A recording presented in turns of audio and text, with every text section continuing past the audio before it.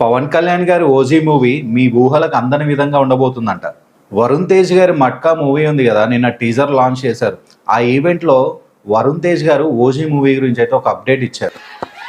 First ఆ కథ బాబాయ్ కన్నా ముందు ఒకసారి నేను ఇంత వినడం జరిగింది. మీరు ఎన్ని రోజులు వెయిట్ చేసినా మీ ఊహలకు అందనట్టు ఉంటుంది సినిమా, అదిరిపోద్ది.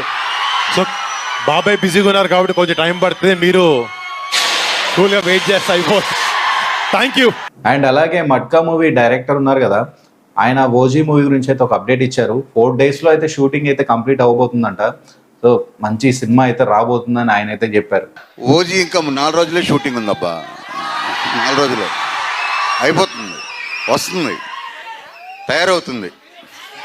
ఏదేమైనా ఓజీ మూవీ మీద ఫుల్ కాన్ఫిడెన్స్ అండ్ ఎక్స్పెక్టేషన్స్ ఉన్నాయి. అండ్ చూడాలి మరి మూవీ ఎలా ఉండబోతుందో.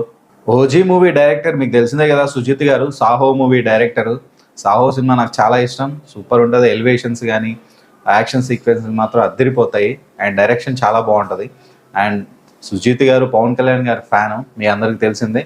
సో అలాంటి ఫ్యాన్తో ఆయన అయితే సినిమా చేయబోతున్నారు. మరి చూడాలి మూవీ ఎలా ఉండబోతుందో. సుజిత్ గారి డైరెక్షన్ మాత్రం ఎస్పెషల్ సూపర్ ఉంటుంది. యాక్చువల్లీ సుజిత్ గారిని రీమేక్ మూవీ తీయమని అయితే అడిగారంట, కానీ సుజిత్ గారు ఆయన వీరాభిమాని కదా పవన్ కళ్యాణ్ గారికి. సో ఆయనకి నచ్చవంట, ఇలాంటి రీమేక్ మూవీస్ అయితే నచ్చవంట. సో ఆయన ఓన్ ప్రాజెక్ట్ అయితే పవన్ కళ్యాణ్ గారికి వినిపించారు. పవన్ కళ్యాణ్ గారు అడిగారంటే ఆయన కొత్త కథలు ఉంటే చెప్పమని. సో ఆయన ఒక సింపుల్గా ఒక లైన్ చెప్పారంట. మరి పవన్ కళ్యాణ్ గారికి ఏం నచ్చిందో కానీ వెంటనే ఓకే అని చెప్పేశారంట సుజిత్ గారితో. సో సుజిత్ గారు మరి ఆయన అదృష్టం, వీర అభిమానితో ఒక అభిమాన హీరోతో ఆయన సినిమా అయితే చేయబోతున్నారు. సో చూడాలి మరి సినిమా ఎలా ఉండబోతుందో.